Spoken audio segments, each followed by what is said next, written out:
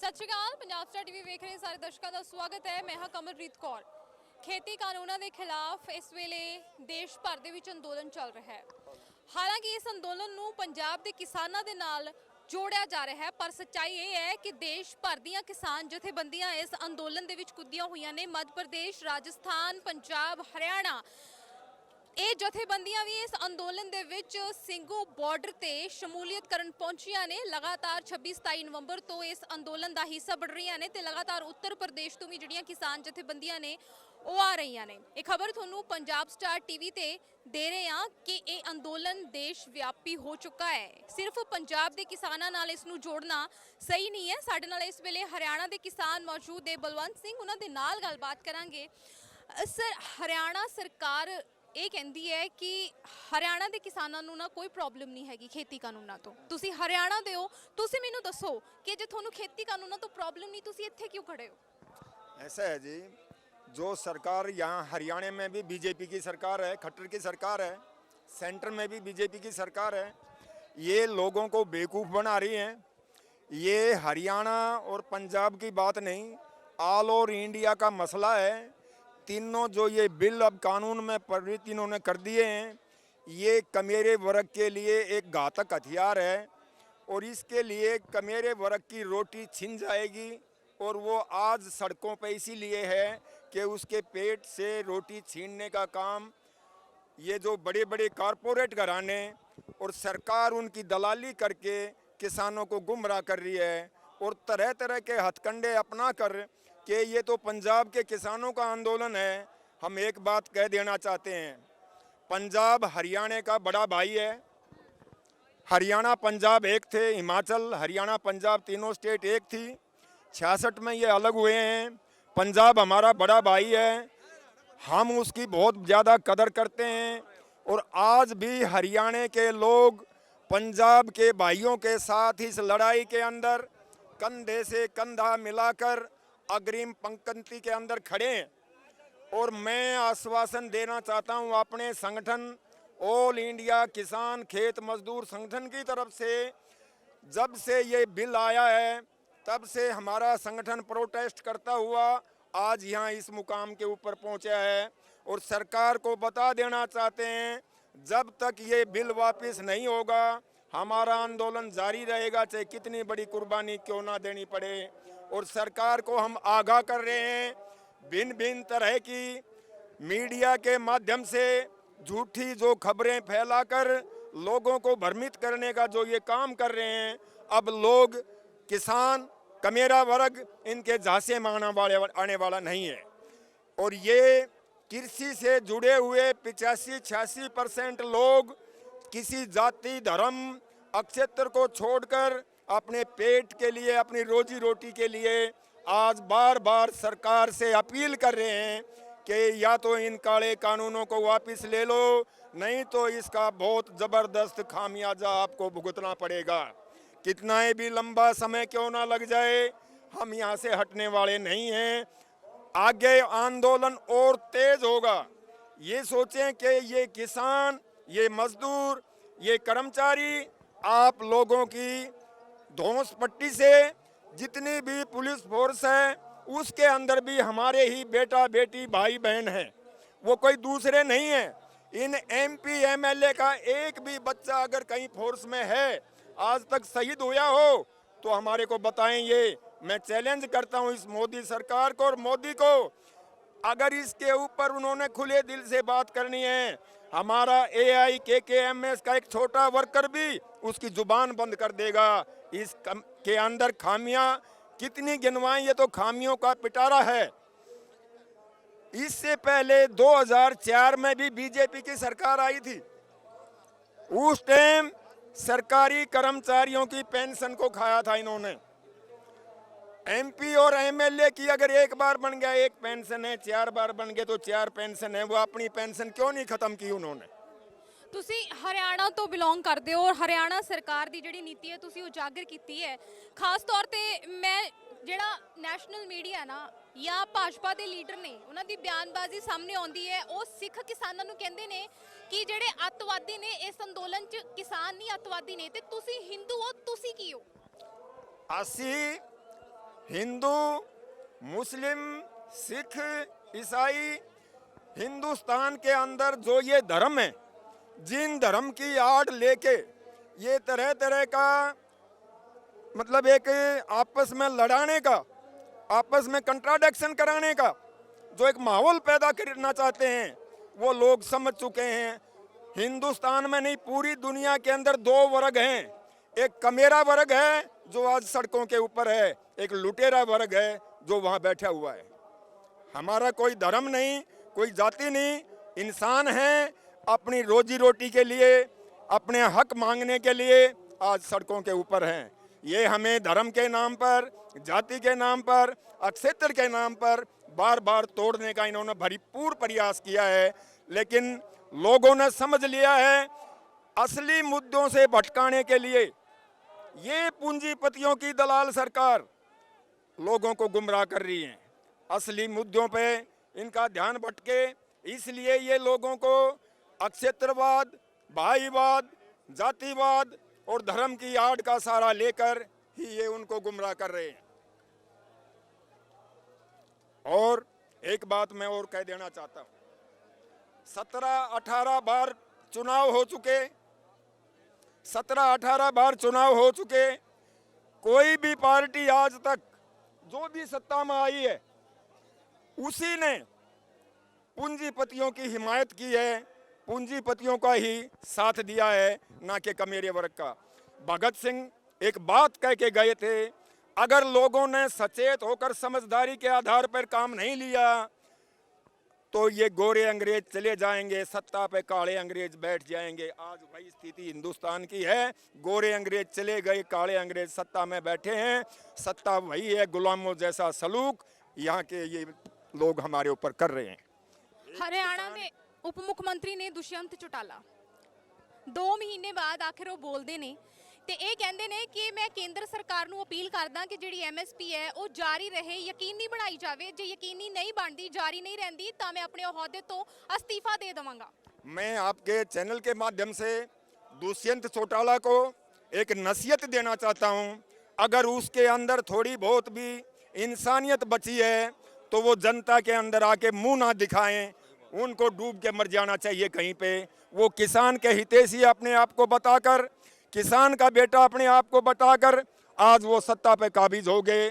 उन्होंने शर्म आनी चाहिए। उनका किसान, अगर वो अपने आप को किसान समझता है, उसने उसी समय जिस टाइम ये काले बिल आए उसी टाइम इस्तीफा देकर उस सरकार को छोड़कर अपने किसान भाइयों के साथ कंधे से कंधा मिलाकर रोड के ऊपर आ जाना था। जब मैं मानता दुष्यंत चौटाला को, दुष्यंत चौटाला उन्हीं पूंजीपतियों का पोषक है, किसान का हिमायती नहीं है। ਇਹ ਹਰਿਆਣਾ ਦੇ ਕਿਸਾਨ ਨੇ ਜਿਨ੍ਹਾਂ ਨੇ ਭਾਜਪਾ ਸਰਕਾਰ ਦੀ ਜਿਹੜੀ ਨੀਤੀ ਹੈ ਉਜਾਗਰ ਕੀਤੀ ਹੈ। ਕਿਵੇਂ ਹਰਿਆਣਾ ਸਰਕਾਰ ਜਿਹੜੀ ਦਾਅਵੇ ਕਰਦੀ ਹੈ ਕਿ ਹਰਿਆਣੇ ਦੀ ਕਿਸਾਨੀ ਖੁਸ਼ਹਾਲ ਹੈ। ਹਰਿਆਣਾ ਹੀ ਨਹੀਂ ਬਲਕਿ ਮੱਧ ਪ੍ਰਦੇਸ਼ ਦੇ ਕਿਸਾਨ ਸਾਡੇ ਨਾਲ ਮੌਜੂਦ ਨੇ। ਭਾਜਪਾ ਸਰਕਾਰ ਦਾਅਵਾ ਕਰਦੀ ਸੀ ਕਿ ਸਿਰਫ ਪੰਜਾਬ ਦੇ ਕਿਸਾਨਾਂ ਨੂੰ ਖੇਤੀ ਕਾਨੂੰਨਾਂ ਤੋਂ ਪ੍ਰੋਬਲਮ ਹੈ। ਅਸੀਂ ਮੱਧ ਪ੍ਰਦੇਸ਼ ਦੇ ਕਿਸਾਨਾਂ ਤੋਂ ਵੀ ਜਾਣ ਲੈਂਦੇ ਹਾਂ। ਸਰ, ਭਾਜਪਾ ਸਰਕਾਰ ਲਗਾਤਾਰ ਇਹ ਕਹਿੰਦੀ ਸੀ ਕਿ ਸਿਰਫ ਪੰਜਾਬੀਆਂ को प्रॉब्लम है खेती कानूनों से, ਹੋਰ ਕੋਈ ਵੀ ਜਿਹੜਾ ਦੇਸ਼ ਦਾ ਸੂਬਾ ਹੈ ਉਹ ਨਹੀਂ ਬੋਲਦਾ। ਤੁਸੀਂ ਮੱਧ ਪ੍ਰਦੇਸ਼ ਦੇ ਹੋ, ਤੁਸੀਂ ਮੈਨੂੰ ਦੱਸੋ ਕਿ ਪੰਜਾਬ ਦੀ ਕਿਸਾਨੀ ਚ ਤੇ ਮੱਧ ਪ੍ਰदेश ਦੀ ਕਿਸਾਨੀ ਪੰਜਾਬ ਦੀ ਕਿਸਾਨੀ ਦੇ ਮੁਕਾਬਲੇ ਕਿੰਨੀ ਕੁ ਖੁਸ਼ਹਾਲ ਹੈ? ये असल में आंदोलन को तोड़ने का एक तरीका है कि पंजाब का कह करके और उसमें भी खालिस्तान का कह करके उसको अलग थलग कर दिया जाए। ऐसा नहीं है, पूरे देश का किसान एक है। और इसका एक सबूत है, 8 तारीख को जो भारत बंद का कॉल किया गया था उसमें आप देखिए ये अभूतपूर्व बंद हुआ है।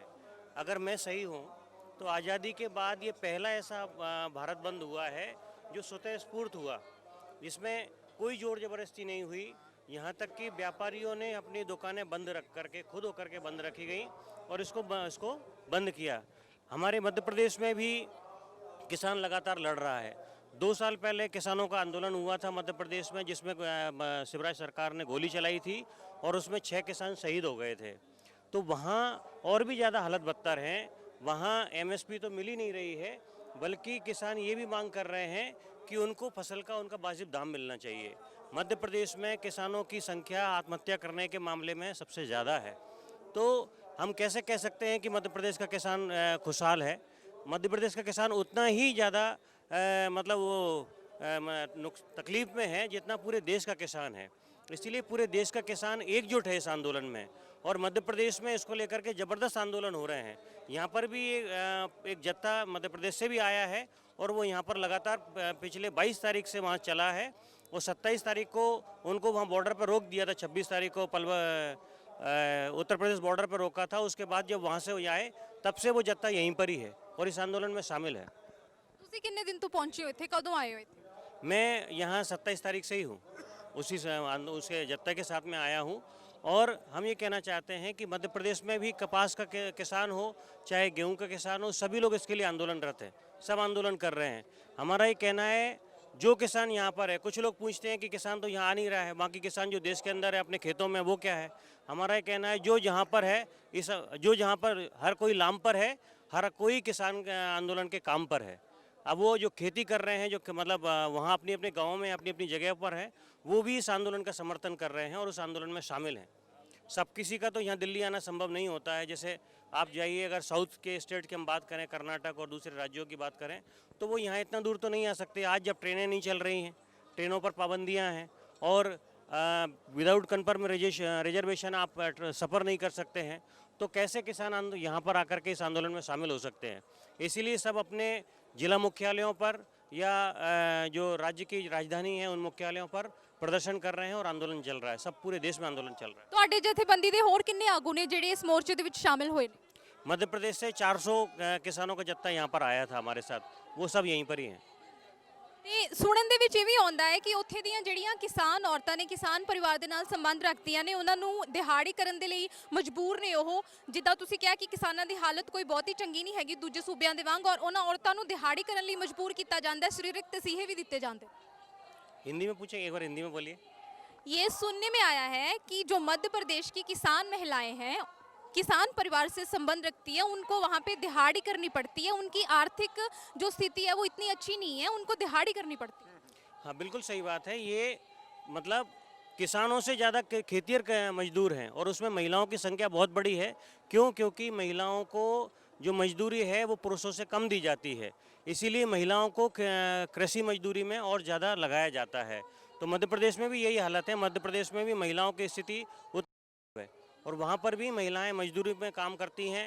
जब फसल कटाई का काम होता है तो महिलाओं को लगाया जाता है, और कम मजदूरी पर लगाया जाता है। वहाँ भी महिलाओं की स्थिति ਬਹੁਤ ਖਰਾਬ ਹੈ। ਇਹ ਵੀ ਸੁਣਨ ਦੇ ਵਿੱਚ ਆਇਆ ਹੈ ਕਿ ਉਹਨਾਂ ਨੂੰ ਸਰੀਰਕ ਤੌਰ ਤੇ ਪਰੇਸ਼ਾਨ ਕੀਤਾ ਜਾਂਦਾ ਹੈ, ਮਹਿਲਾਵਾਂ ਨੂੰ ਸਰੀਰਕ ਤਸੀਹੇ ਵੀ ਦਿੱਤੇ ਜਾਂਦੇ ਨੇ, फिजिकली उनको परेशान किया जाता है।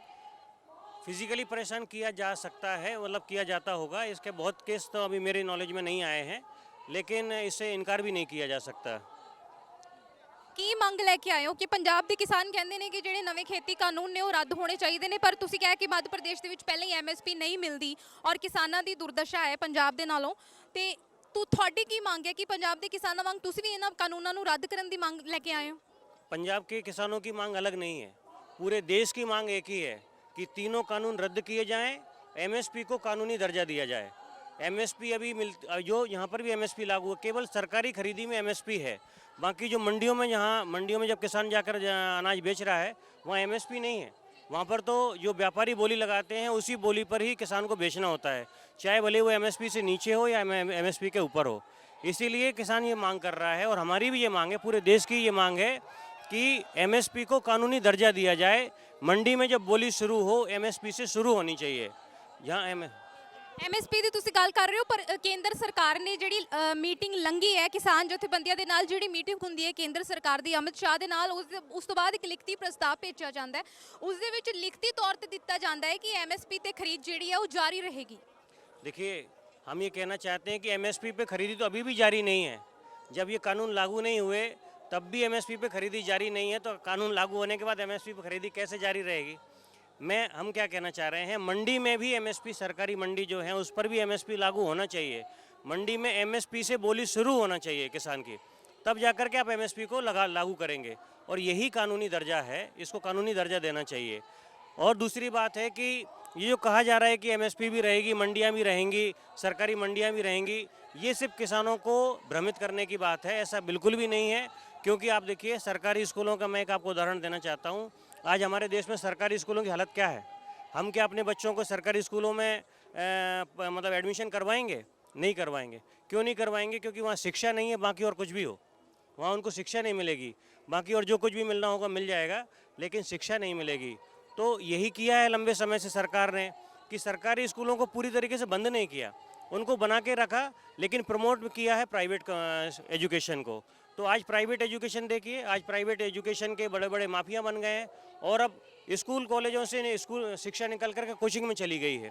तो अब प्राइवेट स्कूलों में भर्ती करवाने के बाद भी हम अपने बच्चे को कोचिंग में भेजते हैं। ऐसे ही ये कानूनन तौर पर सरकारी मंडियों को कुछ समय के लिए बना करके रख सकते हैं, लेकिन वो एक म्यूजियम में रखा हुआ एक एंटिक पीस जैसा ही होगा, उसका कोई फ़ायदा नहीं होगा किसान को। तो प्राइवेट जो मंडियों को मान्यता दे रहे हैं, तो प्राइवेट मंडियां काम करेंगी और वहाँ पर कोई सरकारी काम नहीं करेगा, कोई सरकारी कानून काम नहीं करेगा। तो ये केवल किसानों को भ्रमित करने के लिए बात है कि मंडियां रहेंगी और एमएसपी भी रहेगी। वो वही है कि जिस तरीके से मतलब म्यूजियम में कोई एंटिक पीस रखा रहता है वो है, लेकिन उसका कोई उपयोग नहीं है, आप देख सकते हो बस उसको। ਬਹੁਤ ਬਹੁਤ ਸ਼ੁਕਰੀਆ ਸਾਡੇ ਨਾਲ ਜੁੜਨ ਲਈ। ਇਹ ਸਨ ਸਾਡੇ ਨਾਲ ਹਰਿਆਣਾ ਤੇ ਮੱਧ ਪ੍ਰਦੇਸ਼ ਦੇ ਕਿਸਾਨ, ਜਿਨ੍ਹਾਂ ਨੇ ਦੱਸਿਆ ਹੈ ਕਿ ਉਹਨਾਂ ਦੇ ਸੂਬਿਆਂ ਦੇ ਵਿੱਚ ਖੇਤੀ ਕਿੰਨੀ ਕੁ ਉੱਨਤ ਹੈ, ਕਿੰਨੀ ਕੁ ਖੁਸ਼ਹਾਲ ਹੈ, ਕਿਸਾਨ ਕਿੰਨਾ ਕੁ ਖੁਸ਼ੀ ਦੇ ਨਾਲ ਆਪਣਾ ਜੀਵਨ ਜਿਉਂਦਾ ਹੈ। ਬਿਲਕੁਲ ਭਾਜਪਾ ਸਰਕਾਰ ਦੇ ਵੱਲੋਂ ਲਗਾਤਾਰ ਇਹ ਕਿਹਾ ਜਾ ਰਿਹਾ ਸੀ ਕਿ ਪੰਜਾਬੀਆਂ ਨੂੰ ਹੀ ਖੇਤੀ ਕਾਨੂੰਨਾਂ ਤੋਂ ਪ੍ਰੋਬਲਮ ਹੈ, ਪਰ ਹਰਿਆਣਾ ਤੇ ਮੱਧ ਪ੍ਰਦੇਸ਼ ਦੇ ਕਿਸਾਨਾਂ ਦੇ ਮੂੰਹੋਂ ਤੁਸੀਂ ਸੁਣਿਆ ਹੈ ਕਿ ਖੇਤੀ ਕਿੰਨਾ ਕੁ ਮੁਨਾਫੇ ਦਾ ਸੌਦਾ ਹੈ। ਦੇਸ਼ ਭਰ ਦੇ ਵਿੱਚ ਬੇਹੱਦ ਪਹਿਲੂਆਂ ਦੇ ਨਾਲ ਬੇਹੱਦ ਵੱਡੇ ਤੱਥ ਇਹਨਾਂ ਨੇ ਉਜਾਗਰ ਕੀਤੇ ਨੇ ਕਿ ਭਾਜਪਾ ਸਰਕਾਰ ਜਾਂ ਕੇਂਦਰ ਦੇ ਵਿੱਚ ਜੋ ਵੀ ਸਰਕਾਰ ਹੁੰਦੀ ਹੈ ਉਹ ਕਿਸ ਮਕਸਦ ਦੇ ਨਾਲ ਖੇਤੀ ਕਾਨੂੰਨਾਂ ਨੂੰ ਲਾਗੂ ਕਰਨਾ ਚਾਹੁੰਦੀ ਹੈ।